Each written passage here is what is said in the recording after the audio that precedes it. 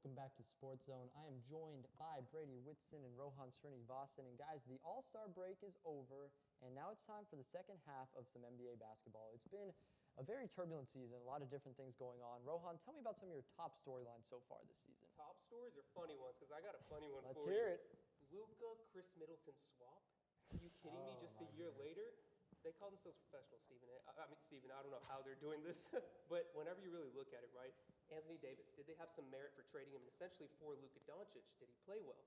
Well, let's look at the statistics. As of January 2026, and again, I have to say January because the last time these two played on the court, Anthony Davis was injured on January 8th, so I can only take that as a reference.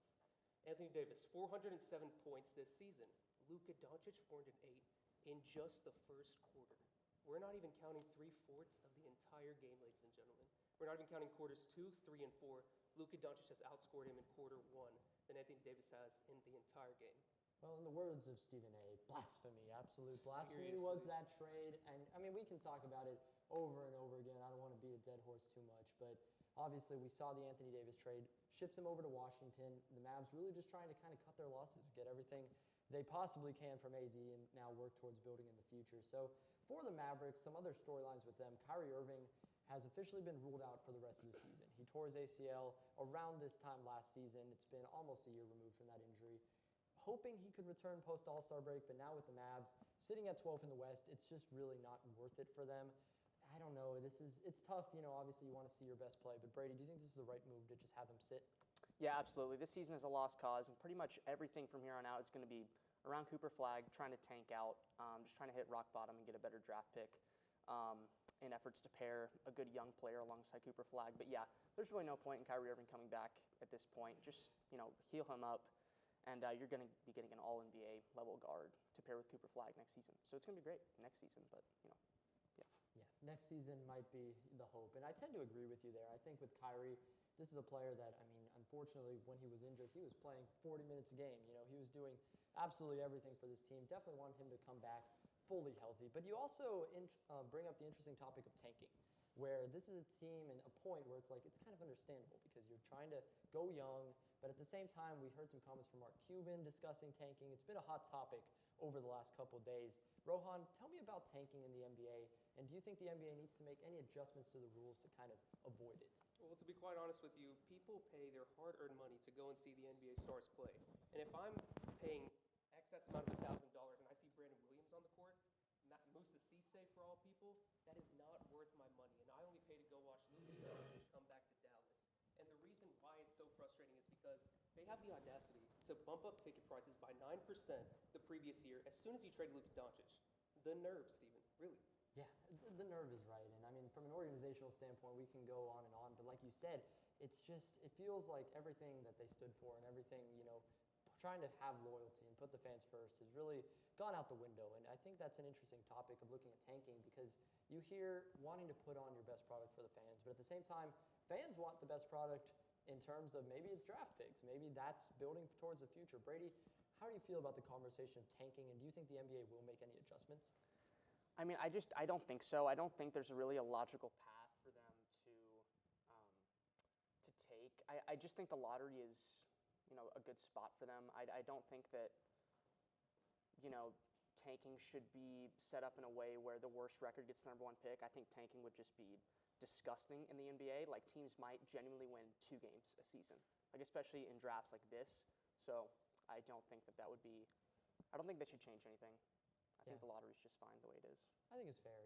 It's obviously complicated and you have, all the different viewpoints, but I heard some rumors about maybe a tournament for the worst teams, and I think all that, I just think you're doing a little bit too much. I think right now we just need to focus on the competitive teams. You already got the in-season tournament. I think that's enough. And then for these teams, just hoping, they can rebuild organically, do it the right way, as we've seen from some of the teams at the top this season. You look at OKC, you look at San Antonio. These are teams just a few years ago that were in these rebuilds, and now the very top of the NBA. So speaking of that, Brady, tell me some of your championship favorites so far this season. Yeah, I think in the East you have, the upper group. I think the Pistons, the Knicks, and the Cavs are really that upper tier of teams that I would say are the main contenders. And of those 3, I would say the Cavs are probably my favorites right now, especially with getting James Harden. I think that's such a ceiling raiser for them. And in the West, I would say the Thunder. I just think they're head and shoulders above every other team in the league. But, the Nuggets or even the Spurs could give him a run. So How about the Celtics at 35-9? Him coming back, that can change the whole scheme of things. So I don't agree with the Cavs pick, obviously, because James Harden, what is he known for? Not showing up in the biggest of moments. But again, Thunder, you are right about that because they have the best record in the NBA. One more loss than the Pistons. I don't trust them down the stretch. So right now you have to say Thunder, but if Luka gets going, Steven, oh man, we have a show. All right. I know you're a big Luka fan, and I know you throw some support behind the Lakers. Obviously, Absolutely. sitting at 5th, I believe, in the West right now. Some ground to make up, but definitely a competitive West. Do you think they can make it up? Who do you think is your favorite coming out of the Western Conference? Absolutely. I definitely think they can make it up. And by the way, there is a player on the Lakers who is averaging 33, 8, and 9. I don't know what else you have to do to really put him in the MVP discussion. No Shea, no Jokic, not anybody else. It's Luka Doncic, the NBA's league-leading scorer, who will take them into the Western Conference Finals, in my opinion. All right, so there's your MVP pick right there. Rohan, we want to talk a little bit more about the awards. We have your MVP. We're going to talk Defense Player of the Year, Rookie of the Year. Let's hear them. Simply, Defensive Player of the Year, Wemby. Rookie of the Year, Cooper Flag. But in second place, Colin Knippelman on Mark Aguirre, jersey retirement night, 8 of 12 from deep, 34 points. I mean, he's right behind Cooper Flag. Obviously, I have Coop as the number 1. Don't get me wrong. But, man, this guy can ball, and the steal of the draft, in my opinion. Okay, yeah. What he's been doing is really impressive. Trying to give Cooper Flag a run for his money as we look at Rohan's picks right here. Brady, what do you think about those? I agree with Cooper Flag and Victor Wembanyama, but I don't agree with Luka Doncic. I just don't think they're going to win enough games. Okay. Even with how good he is, I just don't think their roster is very good. And do you think it is a most valuable team award or most valuable player, if you had to say? Oh, it is a most valuable player award, but, I mean, you still have to win games. So I do think in the most valuable sense, Luka probably is the most valuable. Fair. But I just don't think they're going to win enough games for him to win it. I like your Shea pick. Because everybody right here is in foul trouble right now, so. I like that. It's an interesting point because I think, balancing that conversation of are you looking at the player or the team first. Brady, tell me about your MVP picks.